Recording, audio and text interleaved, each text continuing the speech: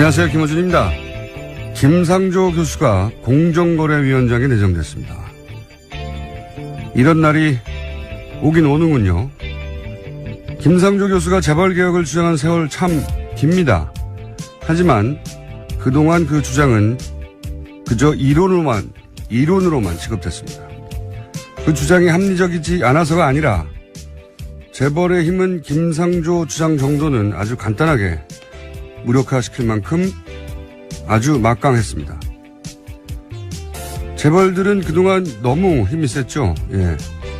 힘이 센 게 무슨 죄냐.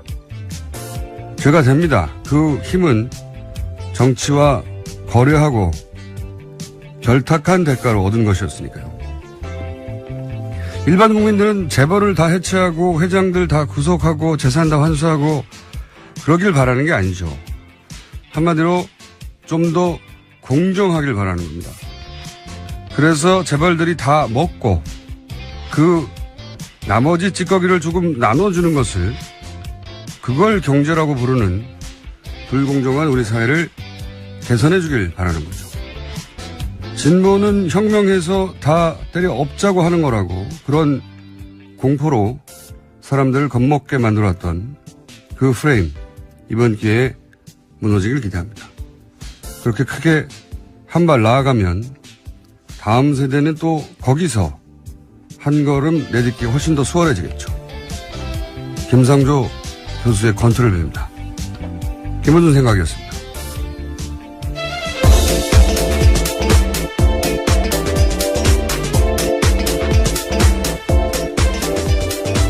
시사인의 김은지입니다. 네.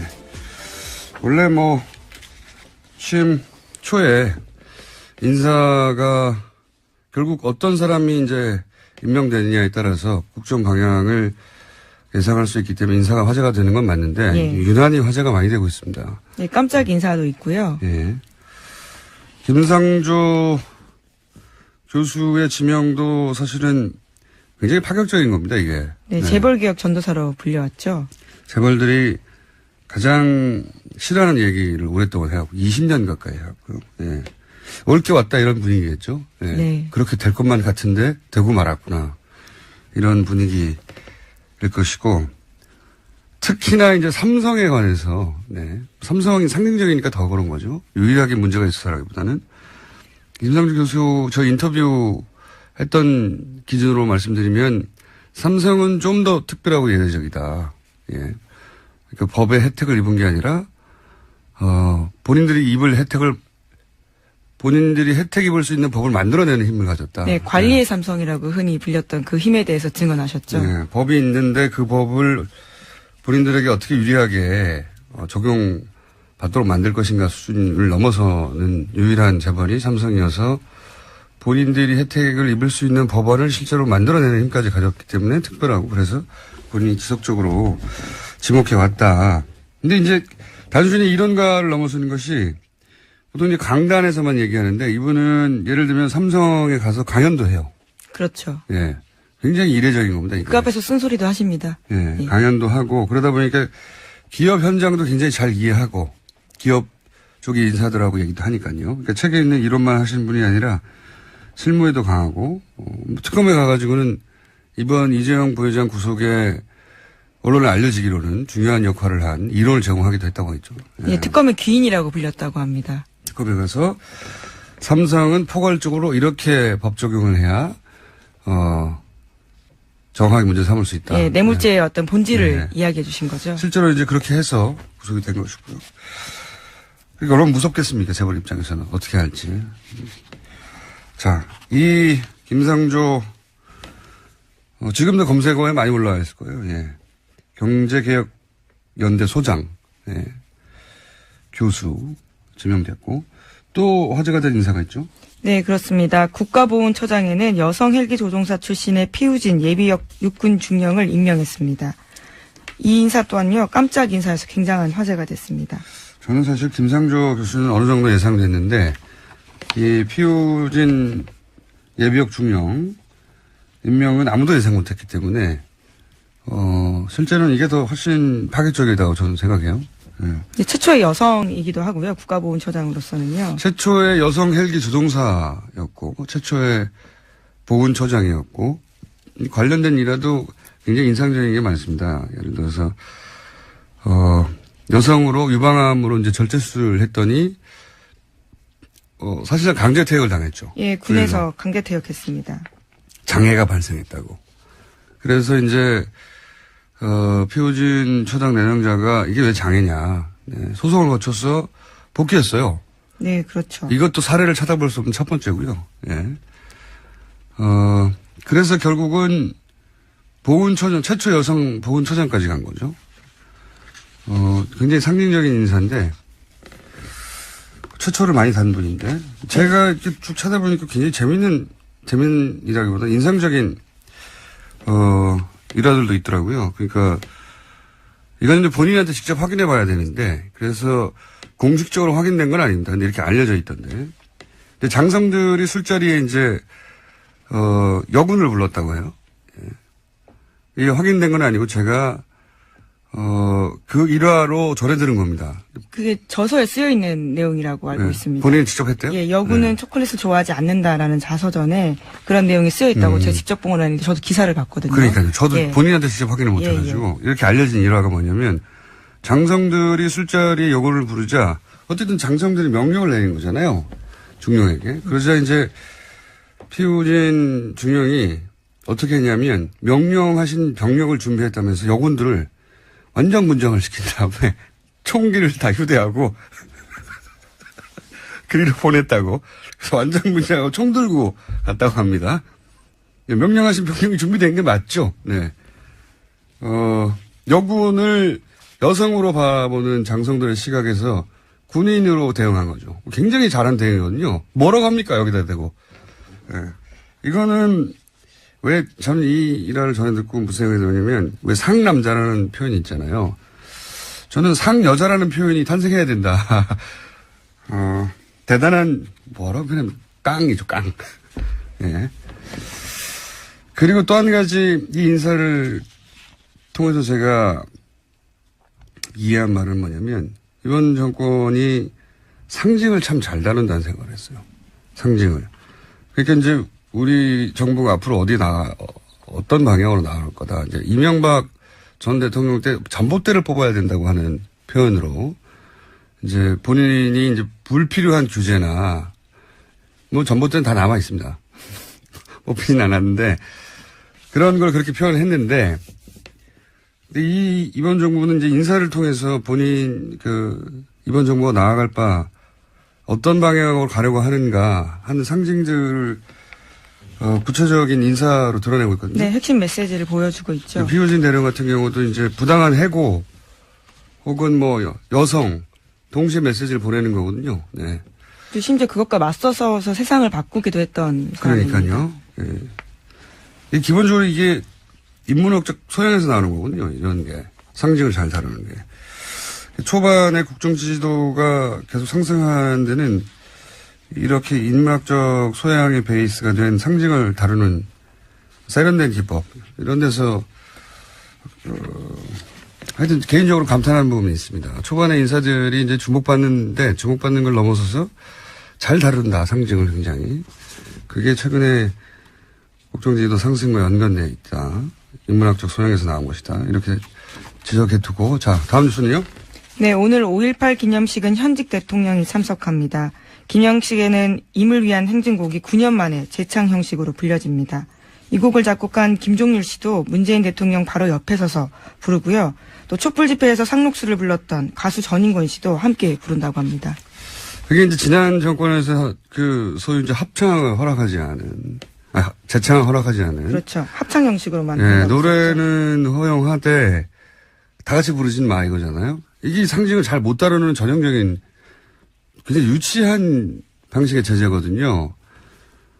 재창, 합창 뭐가 그렇게 차이 있다고. 예. 이거 가지고 그렇게 싸웠어요. 네, 불필요한 갈등을 불렀습니다. 네. 오히려 지난 정권에서요. 인문학적 소양의 부족에서 나온 겁니다, 이런 게. 이걸 듣고 누가 설득이 됩니까? 이쪽 진영이든 저쪽 진영이든. 굉장히 유치한 주제였죠. 어쨌든 이제 재창으로 다시 바뀌었다고 합니다. 자, 다음 뉴스는요? 네, 청와대 새로운 외교안보팀이 김관진 안보실장으로부터 현안 보고도 받지 못한 상태라고 어제 JTBC가 보도했습니다. 게다가 자료 역시 넘겨받은 것이 전혀 없다라고 하는데요. 정우영 청와대 외교안보 TF 단장은 남아있는 자료가 확인되지 않아서 북핵 문제나 사드 배치 문제 등 미국과의 협의 내용을 다른 루트로 파악했다고 설명했습니다. 이건 10페이지 남겼다고 비슷한 뉴스네요. 네. 지금 근데 안보실장은 현직으로 있는 거잖아요? 네, 김관진 실장이 여전히 있습니다. 근데 왜 자료를 넘겨받지 않아서? 어쨌든 현 정부 내 공무원인데. 그래서 사드 문제에 관련한 미국과 협의 내용을 국가안보실이 아니라 다른 루트로 파악했다는 거죠? 네, 지금 황당한 이야기죠. 이상한 뉴스예요, 예. 굉장히. 이렇게 되면 이제 소위 지속 가능한 정부 차원의 관점에서 보면 박근혜 정부는 이렇게 역사적으로 보자면 거의 삭제되는 거거든요. 뭐 남긴 게 없으니까 왜 이러는지 모르겠네요. 자, 다음 뉴스는요. 네, 또 문재인 대통령이 검찰의 핵심 간부들에 대한 감찰을 지시했습니다. 이영렬 서울중앙지검장과 안태근 법무부 검찰국장이 연루된 이른바 돈봉투 만찬에 대해서 조사하라고 지시했습니다. 이건 뭐 조사해야죠, 당연히. 큰일 났네요, 이분들이. 이 안 국장이 저희도 한번 다룬 뉴스인 것 같은데, 그렇죠? 우병우 전 민정수석 한참 국정농단 최순실 게이트 얘기 나올 때 알고 봤더니 우병우 전 민정수석과 1,000번이 넘는 전화통화를 했다. 그 당사자죠. 예, 그렇습니다. 예. 그리고 이제 우병우 전 민정수석이 기소되기 전에 기소할 때도 얘기가 많았죠. 특검의 기소 내용보다 오히려 3분의 1 이상 줄었다고. 네. 예. 그래서 구속 안 되게 만들려고 한 거 아니냐. 네, 수사 제대로 못했다라는 비판을 할 수밖에 없는 상황이었습니다. 그래서 결국 이제 구속이 안 됐는데 유일하게 안 됐죠, 사실. 핵심 인물들 중에. 그러고 나서 자기들끼리 밥을 먹은 것도 부적절한 자리였는데 돈까지 줬다라는 겁니다. 돈을 주고 받았다. 감찰 대상이 되죠. 자, 네. 다음 뉴스는요. 네. 또 정윤회 문건 최초로 작성했던 박관천 전 경정이 어제 인터뷰를 했는데 최초 문건에 최순실 씨를 비선 실세로 지목한 이유가 담겨 있었다. 이렇게 주장했습니다. 당초 검찰은 정윤회 문건에는 최순실 씨 구체적인 국정 개입 여부 없었기 때문에 자신들이 수사 잘했다라고 밝혔거든요. 그렇죠. 여기에 왜냐하면 대해서, 민정수석이 다시 정윤회 문건부터 그 사건부터 되짚어보겠다고 했더니 그때 최순실 씨가 비선 실세라고 하는 내용이 문건에 전혀 없었기 때문에 우리는 수사할 내용이 없었다라고 얘기를 하자 그 당사자인 박관천 전 경정이 본인이 작성했으니까요. 아니다라고 이제 반박하고 나온 거네요. 뉴스가. 심지어 검찰도 그 문건을 가지고 있다라고 이야기했습니다. 아, 그러니까 최순실 씨를 비선 실세로 지목한 이유가 담겨 있는 이유가 문건이요. 담겨 있는 문건이 그때 이미 있었고 그거를 검찰도 가지고 있었는데 무슨 소리냐 하고 반박하는 내용이네요. 네. 곤란하겠네요. 작성자가 있었다고 하니까. 네, 검찰의 거짓말이 점점 드러나고 있는 상황입니다. 알겠습니다.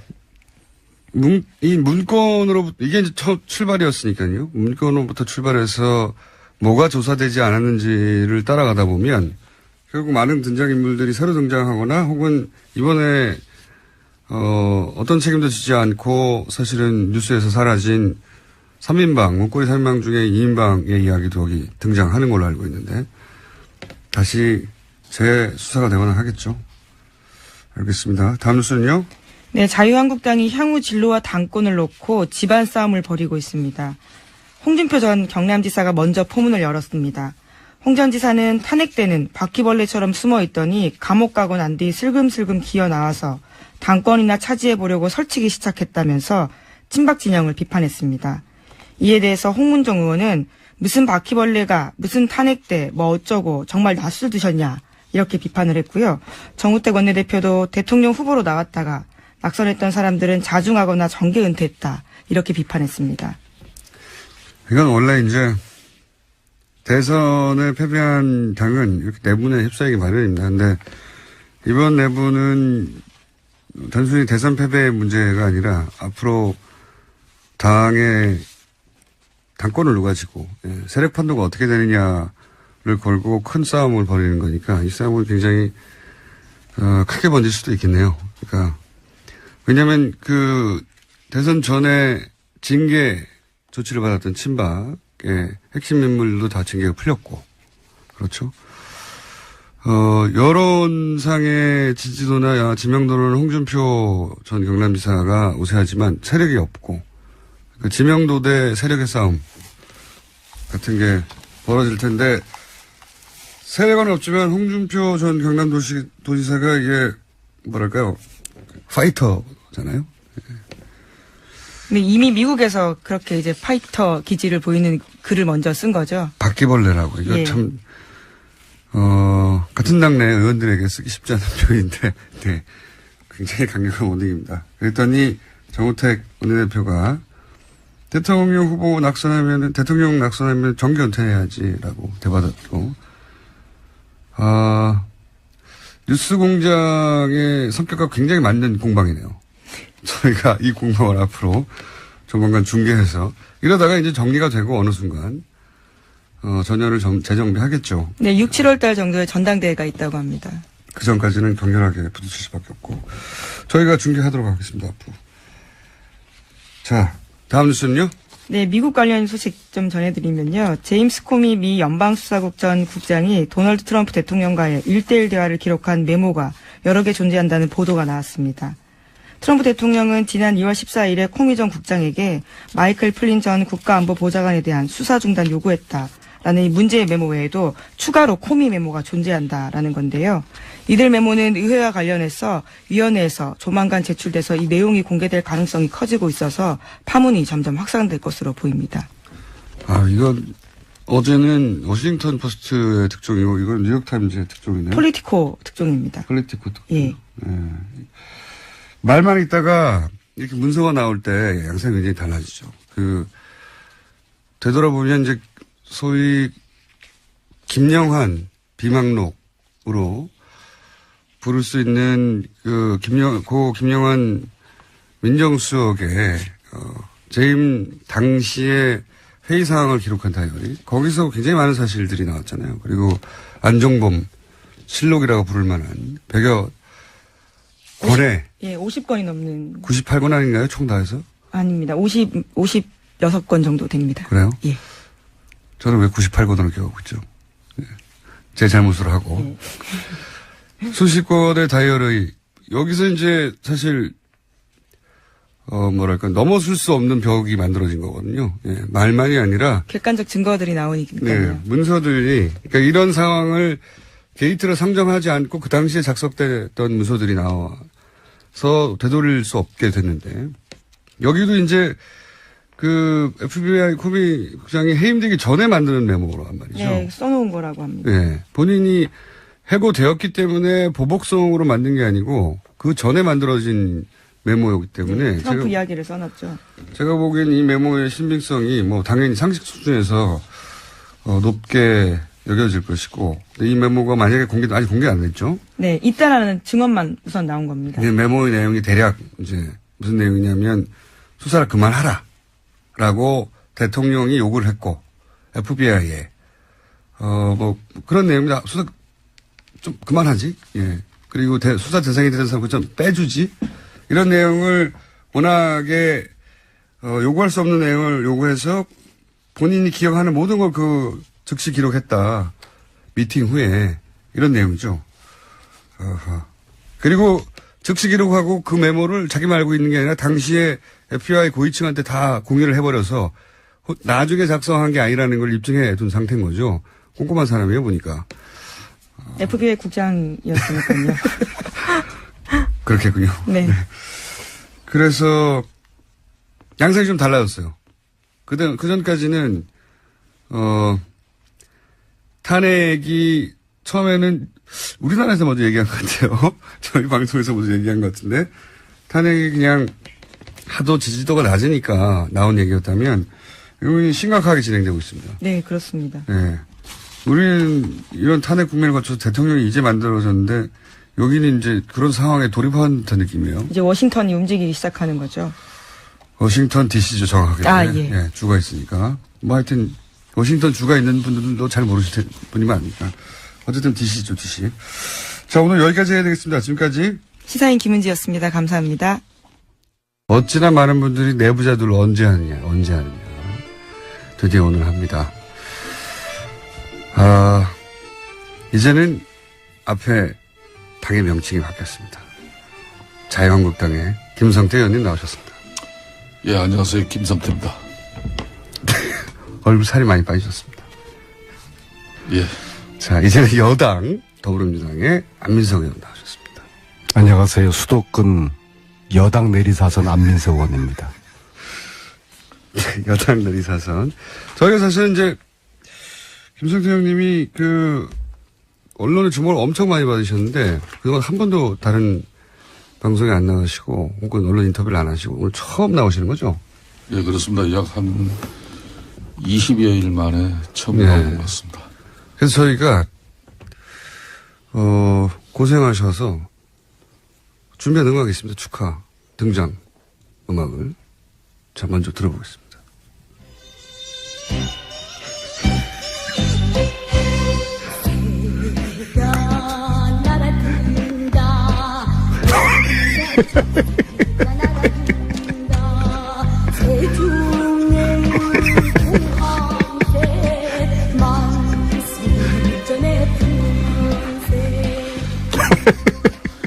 잔잔한 전통음악으로 저희가 준비를 했습니다만. 자, 아무래도 이제 많은 분들이 이제 자유한국당 복당에 대해서 궁금해 하실 테니까. 네. 간단하게 이제 복당의 편을 공식적으로. 네. 참, 김호준 공장장께서는 참, 이 교통방송 팀들 정말 잔인하네요. 네? 그래도 한 20여일 만에 그 많은 방송 언론 지면에서 제가 사실상,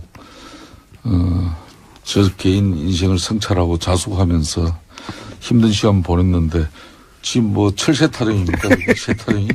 아니, 이제 조류에 관한 어떤. 저 자신이, 어떻게 보면은 바른정당에서 백로처럼 독야청청하게 잘 살아갈 수도 있었습니다. 네. 그렇다면 이렇게 욕도 먹지 않고 또 어찌 보면 편안하게 정치할 수도 있었겠죠. 저는 사실상 앞에 안민석 의원 계십니다마는 많은 야당 동료 의원들이 같이 함께 하자는 그런 사실상의 입당 제의도 수차례 받은 사람입니다. 그리고 자유한국당이 무슨 호사를 누리고 또 부귀영화를 누릴 정당이겠습니까? 사실상 다 망해가는 그 정당에 제가 이런 결심을 했다는 것은 보수를 계획하고 한편으로는 보수를 핵심하면서 이 기울어진 진보 보수의 운동장을 누군가는 희생을 해야만이 그래도 일부분이라도 복원할 수 있다고 저는 믿었죠. 사실상 지금 오늘 이 자리를 통해서 저는 좀 진실한 고백을 좀 하고자 합니다. 바른정당이 최순실 폭탄을 피하는 도피용, 맨피용 정당은 됐지만은 진정한 보수의 바람을 담아내는 데는 실패했다고 저는 자인합니다. 이걸 감성적인 언어나 또 뭐 내 자신의 자아적인 어떤 비판을 통해서 이걸 무조건적으로 포장하거나 또 말의 성찬으로서 결코 나는 끝날 수 없다고 봅니다. 오늘 저 마주 앉아 계신 안민석 의원이 제가 개인적으로 정말 저 그렇게 존경스러워 보이는 게 말 저 친구도 부모 잘 만나가지고 좋은 지원 받으면서 대학 미국에서 유학하고 박사학위 받았다면은 저 친구를 별로 감동하고 좋아할 일이 없어요. 그렇지만은 그 어려운 행편 극복하고 유학 가서 사실상 미국인들의 시신을 닦아내면서 영안실에서 그 유학비를 조달하면서 성공한 정치인 아닙니까? 저는 그런 측면에서 병든 보수 망가질 대로 망가진 이 자유한국당을 저 나름대로 고쳐보겠다고 때려들었습니다. 다시 돌아가신 이유가. 그렇습니다. 제가 정말 어찌 보면은 오늘 이 방송을 하면서도 저 딸이나 아들 아직도 제대로 아빠 쳐다보지 못하는 그 못난 애비가 됐죠. 그렇지만 저는 결코 저를 만들어준 이 보수 정당의 삼선임으로서 아무리 못난 부모고 이제 치매까지 걸린 그 부모를 나는 잘나고 똑똑했다고 자부하면서 부모 내팽개치면서 내 출세길 걷는 막 그 길은 저의 길이 아니다 이렇게 판단했습니다.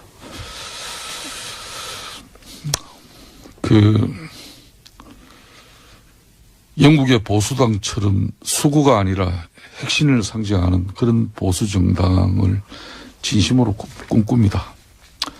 박근혜가 보수를 버리고 저를 탄압했지만 나는 결코 보수를 저버리고 박근혜 제왕적 대통령에 저항하지 않은 적이 없습니다. 그런 제가 이제 세상이 변했다고 저 자신을 지금 이제 보수 정당은 탄압받고 고생해야 됩니다. 그 길을 택하는 게 제가 낫는 길이지. 이제 9년 10년 동안 고생한 저 정치에 제가 어떻게 연정의 대상이 되고 연대를 할 수 있겠습니까? 하여튼 어떻게 보면은 저의 인생에 있어서 가장 현실적이지 못하고 아무 실리도 없고 이렇게 요거를 얻어묻는 판단과 결심을 한 적은 없습니다. 그래서 지금 혹시 그 판단 미스라고 생각하지는 않으세요? 그때? 저는 지금이라도 내 자신의 길을 찾았다는데 마음의 안도를 가집니다. 여전히 저희 자식들은 제 아버지를 바로 쳐다보지 못하지만은 제가 오늘 우연찮게 양복 안주머니에 이게 80년대 초에 중동건설 현장에서 아파트 2층 높이의 대형 담퍼 트럭입니다. 이 운전대를 잡고 하루 10시간, 14시간 노동을 했었습니다. 한 번도 이 처절한 저의 삶에 대해서 제가 고민하지 않은 적 없습니다. 저는 이 사진을 제가 가슴에 품고 제가 남은 정치에 정말 보수가 핵실하고 다시 사는 길을 제가 가겠습니다. 네, 이제 무슨 뜻인지는 대략 알겠는데 가족도 잘 설득이 안 되지 않습니까, 지금? 그렇습니다. 그런데 이게 일반 유권자가 설득이 될까요? 이 이유로? 그렇습니다. 여당의 사선 의원님, 방송에 집중해 주십시오. 예. 잘 아시는 분으로서 또 한마디 해주시죠. 저희가 원래는 음악을 준비한 게 많거든요. 근데 이렇게 슬픈 목소리를 말씀하시니까 정권 교체가 되고서 그래도 음악은 틀게요, 좀 이따가. 예. 정권 교체가 되고서 우리 보좌관들이 저를 심각하게 보자고 하더니요. 예. 삼불. 여당 중진으로서 세 가지를 하셔서는 안 된다. 네. 그중에 첫 번째가 더 이상 이 품격 없는 언어 이거 자제하셔야 된다. 그 얘기를 해서 김성태 의원님 저 말씀에도 제가 여당 중진으로서 품격 있는 언어로 제가 좀 평을 해야 될 것 같은데요. 예. 김성태 의원님, 국민들이 우습습니까? 예. 뉴스공장 예. 700만 청취자들이 우습습니까? 무슨 이야기를 하는 거죠? 제가 참 드릴 말씀은 많지만 아무튼 한 번 더 이러시면은 뉴스공장 이 청취자들이 아마 김성태 의원님 출연 금지 요청을 할 것 같아요. 그래서 제가 우병우한테 그랬지 않습니까? 국민이 웃음냐? 당신? 그렇지 않습니까? 우리가 정치를 하면서 국민을 바라보고 가는 여든 야든 이제 그런 정치를 했으면 좋겠고, 이참에 저 역시도 내가 과연 이 역사와 국민 앞에 부끄럽지 않는 그런 행보를 하고 있는가, 그런 또 저 스스로도 또 성찰해보는 그런 생각을 김성태 의원님을 통해서 저도 지금 하고 있습니다. 저는 이제 보면서 그때 상황이 워낙 긴박하고 당의 지지율도 안 나오기 때문에 또 여러분들이 모여서 동시에 얘기하다 보니까 판단을 미스할 수도 있다. 그리고 나서 자유한국당에 갔는데 생각과 같은 상황이 안 벌어지니까 후회될 수도 있다. 저는 그렇게 생각했거든요. 후회되진 않으세요? 자, 제가 대선을 약 열흘 앞두기 전입니다. 네. 한 열흘도 아니죠. 한 일주일 정도 앞두기 전인데 세상이 앞으로 일주일 뒤면 바뀐다는 사실을 그래도 정치를 한 20년 가까이 이렇게 시민사회 노동운동 하면서 약 30년 가까이 이렇게 세상을 보는 눈이 있습니다. 정권은 무조건 바뀔 수밖에 없는 상황이 있습니다. 더군다나 한 번도 여론조사에서 더블 스코어 이상 무려 3배, 4배의 지지율의 차이를 보이고 있는 자유한국당의 후보가 당선될 거라는 것을 누가 믿고 있겠습니까? 무능하고 탐욕에 찬 그런 최순실 일가들과 국정농단을 일삼은 권력이 어떻게 또 권력을 다시 잡을 수가 있겠습니까? 그거는 있을 수가 없는 이야기죠. 그렇지만은 언제까지 이 헌재의 결정을 부정하고 그런 세력들이 또 최순실 국정농단을 비호하고 호의했던 세력들이 자성하지 않고 반성하지 않고 있다면은 그들과 싸우는 게 내가 정치적으로 가장 해야 될 우선적인 길이었지. 자유한국당을 살리러 가신 거라고 지금. 저는 그렇습니다. 제가 100일입니다. 정확하게 100일 만에 결심을 한 건데 바른정당에서 최순실 국정농단으로 박근혜 대통령 탄핵의 비판을 피해갈 수는 있었지만은 근본적인 문제 해결을 위한 정당은 결코 아니었다. 근데 그 당이 이제 개선의 여지가. 밖에서 아무리 계획 보수를 이야기하고 새로운 보수의 가치를 주창했지만은 국민들은 우리들을 신뢰하지 않았어요. 김성태 의원님. 특히 보수 지지층에서는 쳐다도 보지도 않았죠. 김성태 의원님. 그런 불편한 진실을 계속 유지한다는 게 저로서는 저 양심상. 근데 자유한국당에 돌아가셔서도 지금 자유한국당을 그 12분이 바꿀 만한 힘이 없지 않습니까? 저는 그렇지 않다고 봅니다.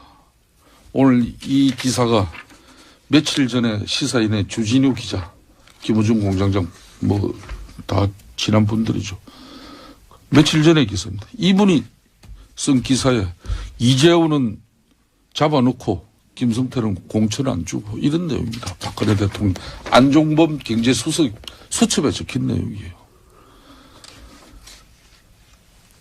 제가 박근혜 정권 내에서도 나름대로 탄압이라고 할 수는 없습니다. 야당 의원 앞에. 그렇게 불편하게 힘들게 지내면서 정권이 뻔히 넘어가는 그 형편없는 국민의 80%가 손가락질을 하는 그 정당에서 내가 뭘 얻어먹을 게 있고 뭘 바랄 게 있고 무슨 뭐 고위 당직을 제가 할 일이 있다고 그게 왜 같겠습니까? 그래서 바로 잡아야 됩니다. 그래서 잘 하셨다는 거예요. 잘못하셨다는 거예요. 나는 비록 대선을 입주를 앞두고 국민들의 바람은 제가 어긋났는지는 모르지만 결코 그 길이 호가호위하고 아까 말한 세타령에서 철새라는 것은 양지 바르고 따뜻한 곳에 겨울에 먹을 게 많은데 피해가는 게 철새입니다. 둥지 찾아가는 거죠. 나는 그 둥지가 어떻게 보면은 썩고 문드러지고 비바람 태풍 몰아치면 금방 날아갈 그런 둥지입니다. 말씀할 기회가 워낙 없으셨기 때문에 제가 이제 말씀할 기회를 드린다는 차원에서 계속 충분한 시간을 드리고 있는데 의원님이 말씀하시는 게 가족을 설득하기도 쉽지 않기 때문에 유권자를 설득하기에는 더 어려운.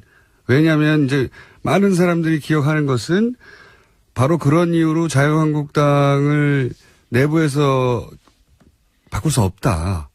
그러니 우리는 새로운 정치를, 새로운 보수를 만들겠다고 정당을 만드는데 100일 만에 똑같은 이유로 바른정당으로 그걸 할 수 없으니까 다시 자유한국당에서 그걸 하겠다고 돌아가니까 100일로는 실험으로도 짧고 실제 그리고 이제 유권자들이 돌아간 12분에 대해서 그 정말 진정성을 인정하는 게 아니라 어쩌면 그럴 수 있냐라고 말하는 것처럼 열심히.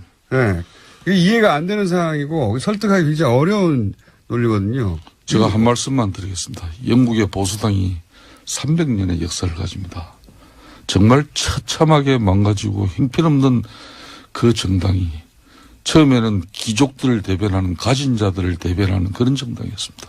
그 보수당이 300년의 맥락을 이어가면서 망가지고 깨지면서 산업화를 가지면서 그 혁명적인 상황 속에서도 대러 진보 정당, 노동당 이런 자유당보다도 더 진보적인 정책을 가지고 영국 국민을 변화시켰죠. 저는 절대 오늘 안민석 의원 저 앞에 계십니다마는 지난 9년 전에 친노를 패적이라고 우리는 규정했습니다. 그때 저는 민주당에서 우리는 지금 배워야 한다고 저는 보고 있습니다. 친노 그룹이 9년 전에 스스로 패족을 선언하면서 비우고 물러났죠. 그런 가감한 정치적 결단이 오늘의 영광을 만들어낸 미끄럼이 된 것이죠. 그리고 안민석 의원처럼 3년여 동안 이 최순실 일가들의 국정농단을 파헤치기 위한 저런 노력들이 있었기 때문에 박근혜 정권 무너진 거고 보수정당 최대의 대한민국 헌정 70년사에 이런 위기가 어디 있습니까? 그래서 저 자신이 33명이 만든 이 바른정당에서 새로운 개혁적 보수 이걸 가져가면은 이거 소멸시키면 끝나겠죠. 저는 그런데 100일 만에 판단하고 내린 결정은 절대 이 보수의 본류인 자유한국당이 우리 국민들의 내리 속에서 우리 대한민국 정치 헌정사에서 이 당이 없어질 당은 아니라는 그런 판단을 했어. 그렇다면은 들어가서 싸우고 바꿔내야 된다는 근데 겁니다. 그게 최근에 이제 대선 이후 최근 여론조사를 보면 자유한국당과 바른정당의 지지율이 거의 비슷하게 붙고 있어요. 말씀하신 대로 자유한국당이 계속 올라가고 바른정당이 떨어지는 게 아니라 그 판단이 이제 맞으려면 의원님의 판단이 맞으려면 자유한국당을 보수층이 계속 지지하고 굳건하게 지켜주려고 해야 되는데 그게 아니라 역전될 수도 있는 추세거든요. 그러면 또 그 판단도 명분을 잃지 않습니까? 저는 이렇게 봅니다. 이제 바른정당은 문재인 정권하고 연정할 수 있는 아주 훌륭한 정당입니다. 또 대상과 역할을 충분히 할 수 있다고 저는 보고 있고요. 저 자신이 마지막까지 결심행거리는 겁니다. 내가 바른정당에서 문재인 정권의 파트너십 연정 대상의 정당원으로서 앞으로 정치를 계속해야 되느냐.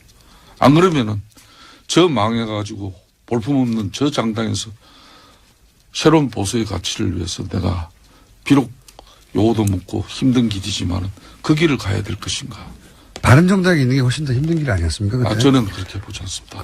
공장장, 지금 바른정당 요거도 묻지 않고 있지 않습니까? 이 좀 김성태 의원님 입장에서는 어떤 말씀 하시든 간에 이게 참 곤혹스럽고 이게 잔인한 시간이니까 네. 이 정도 이제 반성문은 제출을 하신 걸로 다소 좀 미흡한 측면은 있지만 그래도 정치를 만약 계속 하실 거면 어쨌든 일부의 유권자들이 이해할 만한 수준까지는 다는 아니더라도 해든 저는 아직 안 된 것 같거든요. 좋습니다. 저는 이렇게 이야기하겠습니다. 바른정당의 판단과 결심이 저는 중요하다고 봅니다. 문재인 정권과 정말 이 개혁보수가 진보와 개혁보수가 새로운 협치의 시대를 만들어서 국민들에게 정말 좋은 정치를 보여줄 수 있는 가능성을 그 길을 가시든지 진정으로 개혁보수를 계속 외치고 새로운 보수의 가치를 찾고자 한다면은 자유한국당에서 함께 싸우고 싶습니다. 이 헌재의 결정을 부정하는 그런 세력들이 아직 많이 있습니다. 또 최순실 국정농단을 비화하면서 눈 감고 호가호해했던 그런 세력들도 아직 있습니다. 싸워야 되죠. 우리가 자성하지 않고 반성하지 않고 이러면서 저 정당 애면하고 배척만 하면 우리 보수 정치는 책임 역할을 다하고 개혁 보수 외침이 된다. 저는 그거 아니라고 봤습니다. 그게 어떻게 보면은 우리 딸과 우리 아들에게 아둔한 아버지가 되었는지도 모르죠. 김성태 의원님, 반성문은 짧고 간결할수록 좋은 반성문입니다. 근데 반성문이라기보다는 나는 왜 그럴 수밖에 없었냐 하는 해명문인 거죠, 이게. 해명문인데, 거꾸로 그냥 바른정당이 지지율도 너무 안 나오고, 바른정당은 사실상 실패했다고 판단했기 때문에, 그리고 지방선거도 얼마 안 남아서 하부 조직이 무너져서, 나도 현실 정치인으로서 어쩔 수 없었다. 이게 훨씬 명쾌한 답변 아닌가요? 지금 현재 그런, 답변을 요청하는 부분에 대해서 절대 저는 부정하지 않습니다. 부정하지 않는다. 그런 면도 있다. 그리고 이 방송에서 이야기를 하는데 바른정당이 반기문 쉽게 말하면은 네. 전 총장을 담기 위한 그릇이었다. 네. 저는 그것도 부정하지 않습니다. 네. 왜? 보수정당에서 나는 초질간 난 이번 대선에서만은 보수정당에서 후보 내서는 안 된다는 사람이었습니다. 그 부분은 자유한국당과 그리고 바른정당 내에서도 저는 마지막까지 유승민 후보가 대선에 출마해서는 안 된다고 나는 내부에서 소리를 냈던 사람입니다. 그런 건 그렇게 홍준표 해서 후보가 출마한 당에 가면 안 되잖아요. 그렇게 이야기할 수 있겠죠. 그 공장장께서 김성태 의원님 무덤을 더 파시는 것 같아요. 아니, 이해하려고 이게 하는 거예요. 이해하려고. 반성의 시간이 길어지면은 네. 변명과 해명이 돼버리거든요. 그래서 오늘은 특히 5.18 기념식이 10시부터 광주에서 울리고 그동안 재창이나 합창이나 하면서 10년 가까이 사회적 갈등이 되었던 임을 위한 행진곡도 재창으로 불러지는 날이고 하여서? 또 제가 노승일 부장 후원금 액수도 오늘 뉴스공장에서 제가 노승일 부장이 말씀드린다고 잠깐만요. 했고. 노승일 부장의 후원금을 모은 이유는 노승일 부장이 했던 발언들 이완용 의원과 관련된 청문회에서의 관련 발언들 때문에 이제 명예훼손 소홀을 당했거든요. 근데 이제 노승일 부장이 이미 3개월 이상 K스포츠 재단으로부터 월급을 못 받고 있고, 그리고 소송비를 마련할 길이 없어서 의원님이 대신 의원님 SNS에다가 소송비를 모금한다고 하셨죠? 그게 어제 했던 것 같은데? 벌써 끝났나요? 그 박창일 신부님 조남으로 그분이 저에게 3년 전에 최순실 국정농단 제보를 해주시는 신부님이시거든요. 그래서 요 사항을 상의를 드렸더니 야 몇백만 원이라도 좀 국민들이 좀 모금을 해서 그러니까 변호사 비용 비용이 도와주셨는데 드니까 변호사 비용이랑 어제 48시간 만에 저희들이 기대했던 그의 10배 이상의 돈이 모였는데요. 그런데 문제는 그래서 신부님이 아주 그냥 어찌할 줄 모르시면서 당신의 평생 당신 이름으로 그렇게 많이 돈이 입금된 게 이게 처음인 거예요. 그래서 본인 돈도 아닌데 뭘 그렇게 좋아하십니까? 아니 좋아하시는 게 아니라 놀라신 거죠. 주체할 수 없으셔가지고 막 미치겠다 그러시고 그래서 야 이거 빨리 닫아야 된다 안 의원. 아니 남으시면 저희한테 아니 근데 이제 그래서 그래 닫겠으면 닫으시죠 했는데 문제는 신부님이 지금 외국에 계세요. 닫을 수가 없어요. 닫을 수가 없어요. 그래서 언제 오세요? 다음 주 수요일 날 들어오시는 거예요. 방송을 통해서 그만 보내시라고 이제 됐다고. 네. 소송 비용 다 마련됐다고. 근데 또 다른 고민이 박현석 변호사라는 분이 자기가 무료 변론을 해주겠다. 원래 닫은 거예요. 또. 아니 그럼 여러 변호사를 쓰세요 그러면. 안민석이 저 말씀은 그래서 아주 행복한 고민을 해야 되는데 부장을 위한 이 변호 비용을 더 이렇게 보내셔도 관계없다는 그 이야기입니다. 근데 이제 아니 부자를 닫을 수가 없어요. 그러니까 신부님이 지금 보내면 필리핀에 보내져 버린다는 계시거든요. 거죠. 그래서 신부님께서 굉장히 지금 괴로워하세요. 1분 단위로 지금 돈이 쌓이고 있어서 이거 닫을 수는 없고. 그래서 참 어떤 메시지를 던지고 그만 보내시라. 그만 보내주세요, 제발. 제발. 알겠습니다. 그래서 참 안민석 의원 대단합니다. 정권 바뀌고 첫해 입각 이렇게 인사하고 할 때 솔직히 정치인들 무슨 장관 이름에 하마평이라도 오를 수 있게끔 언론들 이렇게 찾아다니면서 자기 PR을 하는데 우리 안민석 의원 참, 아니 주위 많은 참 분들이 올곧습니다. 저분들 저분 보니. 뭐 최순실 국정농단 역할을 했으니까 입각을 해야 되느냐 하는데 저는 이게 대통령과 국민들에 대한 도리가 아니라고 봅니다. 안민석은 지금 입각하는 거는 이게 농공행상도 아니고 제가 무슨 뭐 빚진거 받는 것도 아니고 지금이라는 단서를 든 거는 다음은 가능하다는 얘기입니다. 10년 후에 10년 아, 기회 10년 주시면 후에 아니고 하는데요. 아무튼 지금은 때가 아니라 보고 저는 국회에 남아서 이 일을 끝나지 않은 전쟁을 마무리하기 위한 제 또 역할이 있을 거라고 김수영 보고요. 사장님. 예. 네. 알겠습니다. 혹시 금액을 공개할 수 있습니까? 금액? 아니 그래서 신부님께서 네.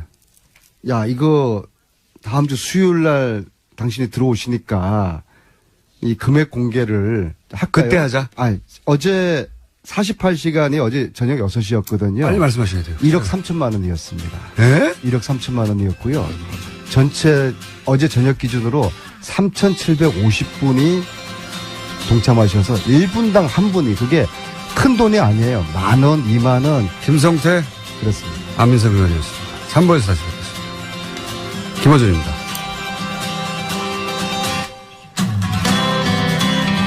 만들어내는 힘까지 가졌기 때문에 특별하고 그래서 본인이 지속적으로 지목해 왔다. 근데 이제 단순히 이론가를 넘어서는 것이 보통 이제 강단에서만 얘기하는데 이분은 예를 들면 삼성에 가서 강연도 해요. 그렇죠. 예. 굉장히 이례적인 겁니다. 이게. 그 앞에서 쓴소리도 하십니다. 예. 예. 강연도 하고 그러다 보니까 기업 현장도 굉장히 잘 이해하고 기업 쪽의 인사들하고 얘기도 하니까요. 그러니까 책에 있는 이론만 하시는 분이 아니라 실무에도 강하고 특검에 가가지고는 이번 이재용 부회장 구속에 언론에 알려지기로는 중요한 역할을 한 이론을 제공하기도 했다고 했죠. 예. 예, 특검의 귀인이라고 불렸다고 합니다. 특검에 가서 삼성은 포괄적으로 이렇게 법 적용을 해야 정확하게 문제 삼을 수 있다. 예, 뇌물죄의 어떤 본질을 네. 이야기해 주신 거죠. 실제로 이제 그렇게 해서 구속이 된 것이고요. 그러니까 얼마나 무섭겠습니까? 재벌 입장에서는 어떻게 할지. 자, 이 김상조 지금도 검색어에 많이 올라와 있을 거예요. 예. 경제개혁연대 소장, 예. 교수 지명됐고 또 화제가 된 인사가 있죠. 네, 그렇습니다. 국가보훈처장에는 여성 헬기 조종사 출신의 피우진 예비역 육군 중령을 임명했습니다. 이 인사 또한요, 깜짝 인사에서 굉장한 화제가 됐습니다. 저는 사실 김상조 교수는 어느 정도 예상됐는데 이 피우진 예비역 중령 임명은 아무도 예상 못했기 때문에 실제로는 이게 더 훨씬 파격적이다고 저는 생각해요. 예. 최초의 여성이기도 하고요. 국가보훈처장으로서는요. 최초의 여성 헬기 조종사였고 최초의 보훈처장이었고 관련된 일화도 굉장히 인상적인 게 많습니다. 예를 들어서 여성으로 유방암으로 이제 절제술을 했더니 사실상 강제 퇴역을 당했죠. 예, 군에서 강제 퇴역했습니다. 장애가 발생했다고. 그래서 이제 피우진 처장 내정자가 이게 왜 장애냐. 네, 소송을 거쳐서 복귀했어요. 네, 그렇죠. 이것도 사례를 찾아볼 수 없는 첫 번째고요. 예. 그래서 결국은 보훈처장, 최초 여성 보훈처장까지 간 거죠. 굉장히 상징적인 인사인데, 최초를 많이 단 분인데, 제가 이렇게 쭉 찾아보니까 굉장히 재밌는이라기보다 인상적인, 일화들도 있더라고요. 그러니까, 이건 이제 본인한테 직접 확인해 봐야 되는데, 그래서 공식적으로 확인된 건 아닙니다. 근데 이렇게 알려져 있던데. 근데 장성들이 술자리에 이제, 여군을 불렀다고 해요. 예. 이게 확인된 건 아니고 제가, 그 일화로 전해 들은 겁니다. 그게 저서에 쓰여 있는 내용이라고 알고 네. 있습니다. 본인이 직접 했대요? 예, 여군은 네. 초콜릿을 좋아하지 않는다라는 자서전에 그런 내용이 쓰여 있다고 제가 직접 본 건 아닌데 저도 기사를 봤거든요. 그러니까요. 저도 예. 본인한테 직접 확인을 못 해가지고 이렇게 알려진 일화가 뭐냐면 장성들이 술자리에 여군을 부르자 어쨌든 장성들이 명령을 내린 거잖아요. 중령에게. 그러자 이제 피우진 중령이 어떻게 했냐면 명령하신 병력을 준비했다면서 여군들을 안녕하세요. 김어준입니다. 김상조 교수가 공정거래위원장에 내정됐습니다. 이런 날이 오긴 오는군요. 김상조 교수가 재벌개혁을 주장한 세월 참 깁니다. 하지만 그동안 그 주장은 그저 이론으로만 취급됐습니다. 그 주장이 합리적이지 않아서가 아니라 재벌의 힘은 김상조 주장 정도는 아주 간단하게 무력화시킬 만큼 아주 막강했습니다. 재벌들은 그동안 너무 힘이 셌죠. 예. 힘이 센 게 무슨 죄냐. 죄가 됩니다. 그 힘은 정치와 거래하고 결탁한 대가로 얻은 것이었으니까요. 일반 국민들은 재벌을 다 해체하고 회장들 다 구속하고 재산 다 환수하고 그러길 바라는 게 아니죠. 한마디로 좀 더 공정하길 바라는 겁니다. 그래서 재벌들이 다 먹고 그 나머지 찌꺼기를 조금 나눠주는 것을 그걸 경제라고 부르는 불공정한 우리 사회를 개선해 주길 바라는 거죠. 진보는 혁명해서 다 때려 엎자고 하는 거라고 그런 공포로 사람들을 겁먹게 만들었던 그 프레임 이번 기회에 무너지길 기대합니다. 그렇게 크게 한 발 나아가면 다음 세대는 또 거기서 한 걸음 내딛기 훨씬 더 수월해지겠죠. 김상조 교수의 권투를 빕니다. 김원준 생각이었습니다.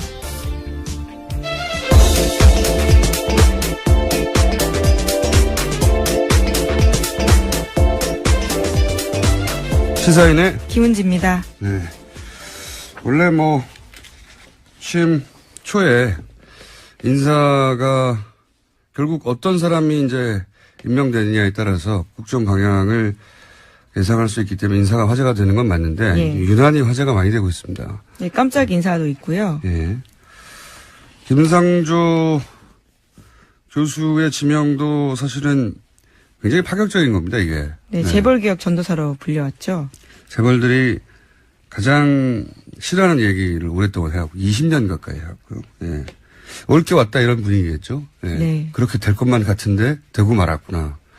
이런 분위기일 것이고 특히나 이제 삼성에 관해서 삼성이 상징적이니까 더 그런 거죠. 유일하게 문제가 있어서라기보다는 김상조 교수 저 인터뷰 했던 기준으로 말씀드리면 삼성은 좀 더 특별하고 예외적이다.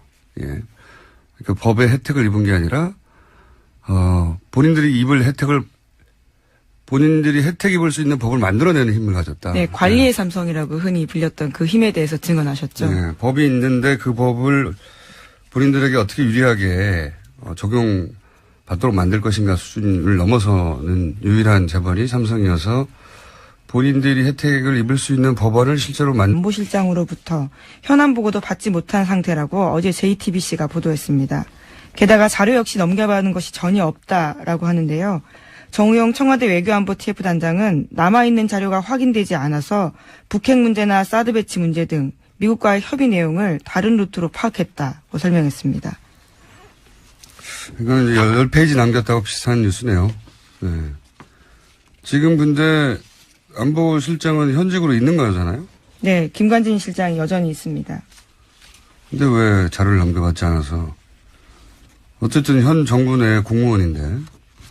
그래서 사드 문제에 관련한 미국과 협의 내용을 국가안보실이 아니라 다른 루트로 파악했다는 거죠? 네, 어떻게 황당한 이야기죠. 이상한 뉴스예요, 예. 굉장히. 이렇게 되면 이제 소위 지속 가능한 정부 차원의 관점에서 보면 박근혜 정부는 이렇게 역사적으로 보자면 거의 삭제되는 거거든요. 남긴 게 없으니까 왜 이러는지 모르겠네요. 자, 다음 뉴스는요. 네, 또 문재인 대통령이 검찰의 핵심 간부들에 대한 감찰을 지시했습니다. 이영렬 서울중앙지검장과 안태근 법무부 검찰국장이 연루된 이른바 돈봉투 만찬에 대해서 조사하라고 지시했습니다. 이건 조사해야죠, 당연히. 큰일 났네요, 이분들이. 이 안 국장이 저희도 한번 다룬 뉴스인 것 같은데, 그렇죠? 우병우 전 민정수석 한참 국정농단 최순실 게이트 얘기 나올 때 알고 봤더니 우병우 전 민정수석과 1,000번이 넘는 전화통화를 했다. 그 당사자죠. 예, 그렇습니다. 예. 그리고 이제 우병우 전 민정수석이 기소되기 전에 기소할 때도 얘기가 많았죠. 특검의 기소 내용보다 오히려 3분의 1 이상 줄었다고. 네. 예.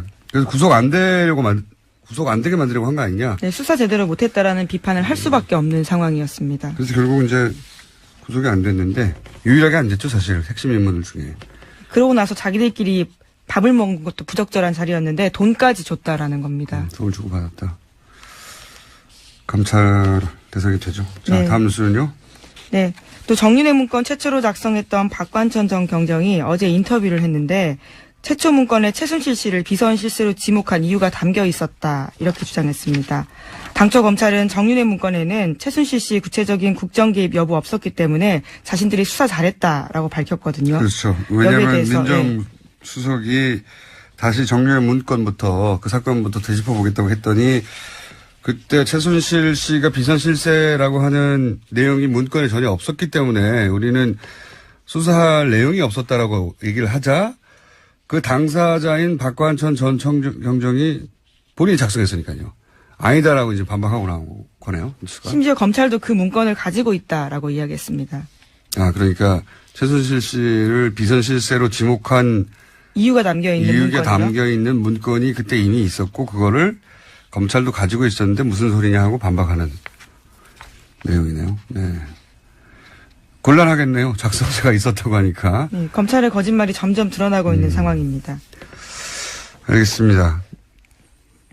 이 문건으로부터 이게 이제 첫 출발이었으니까요. 문건으로부터 출발해서 뭐가 조사되지 않았는지를 따라가다 보면 결국 많은 등장인물들이 새로 등장하거나 혹은 이번에 어떤 책임도 지지 않고 사실은 뉴스에서 사라진 3인방, 문고리 3인방 중에 2인방의 이야기도 여기 등장하는 걸로 알고 있는데 다시 재수사가 되거나 하겠죠. 알겠습니다. 다음 뉴스는요. 네, 자유한국당이 향후 진로와 당권을 놓고 집안 싸움을 벌이고 있습니다. 홍준표 전 경남지사가 먼저 포문을 열었습니다. 홍 전 지사는 탄핵 때는 바퀴벌레처럼 숨어 있더니 감옥 가고 난 뒤 슬금슬금 기어 나와서 당권이나 차지해보려고 설치기 시작했다면서 친박 진영을 비판했습니다. 이에 대해서 홍문종 의원은 무슨 바퀴벌레가 무슨 탄핵 때 뭐 어쩌고 정말 낯을 드셨냐 이렇게 비판을 했고요. 정우택 원내대표도 대통령 후보로 나왔다가 낙선했던 사람들은 자중하거나 정계 은퇴했다 이렇게 비판했습니다.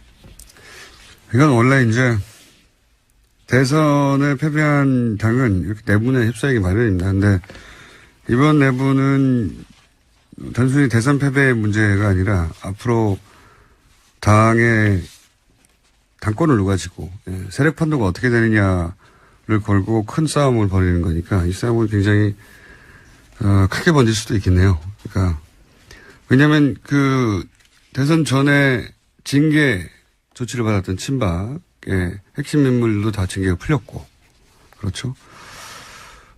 여론상의 지지도나 지명도는 홍준표 전 경남지사가 우세하지만 세력이 없고 그 지명도 대 세력의 싸움 같은 게 벌어질 텐데 세력은 없지만 홍준표 전 경남도지사가 이게 뭐랄까요 파이터잖아요. 근데 이미 미국에서 그렇게 이제 파이터 기질을 보이는 글을 먼저 쓴 거죠. 바퀴벌레라고 이거 예. 참 같은 당내 의원들에게 쓰기 쉽지 않은 표현인데 네, 굉장히 강력한 워딩입니다. 그랬더니 정우택 원내대표가 대통령 낙선하면 정계 은퇴해야지라고 대받았고, 뉴스공장의 성격과 굉장히 맞는 공방이네요. 저희가 이 공방을 앞으로 조만간 중계해서 이러다가 이제 정리가 되고 어느 순간 전열을 재정비하겠죠. 네, 6, 7월 달 정도에 전당대회가 있다고 합니다. 그 전까지는 격렬하게 부딪힐 수밖에 없고 저희가 중계하도록 하겠습니다. 앞으로. 자, 다음 뉴스는요. 네, 미국 관련 소식 좀 전해드리면요. 제임스 코미 미 연방수사국 전 국장이 도널드 트럼프 대통령과의 1대1 대화를 기록한 메모가 여러 개 존재한다는 보도가 나왔습니다. 트럼프 대통령은 지난 2월 14일에 코미 전 국장에게 마이클 플린 전 국가안보보좌관에 대한 수사 중단 요구했다라는 이 문제의 메모 외에도 추가로 코미 메모가 존재한다라는 건데요. 이들 메모는 완전 문정을 시킨 다음에 총기를 다 휴대하고 그리로 보냈다고. 그래서 완전 문정하고 총 들고 갔다고 합니다. 명령하신 병력이 준비된 게 맞죠? 네. 여군을 여성으로 바라보는 장성들의 시각에서 군인으로 대응한 거죠. 굉장히 잘한 대응이거든요. 뭐라고 합니까? 여기다 대고. 예. 이거는 왜 저는 이 일화를 전해 듣고 무슨 생각이 들냐면 왜 상남자라는 표현이 있잖아요. 저는 상여자라는 표현이 탄생해야 된다. 대단한 뭐라고 표현하면 깡이죠. 깡. 예. 그리고 또 한 가지 이 인사를 통해서 제가 이해한 말은 뭐냐면 이번 정권이 상징을 참 잘 다룬다는 생각을 했어요.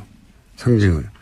그러니까 이제 우리 정부가 앞으로 어떤 방향으로 나갈 거다. 이제 이명박 전 대통령 때 전봇대를 뽑아야 된다고 하는 표현으로 이제 본인이 이제 불필요한 규제나 뭐 전봇대는 다 남아 있습니다.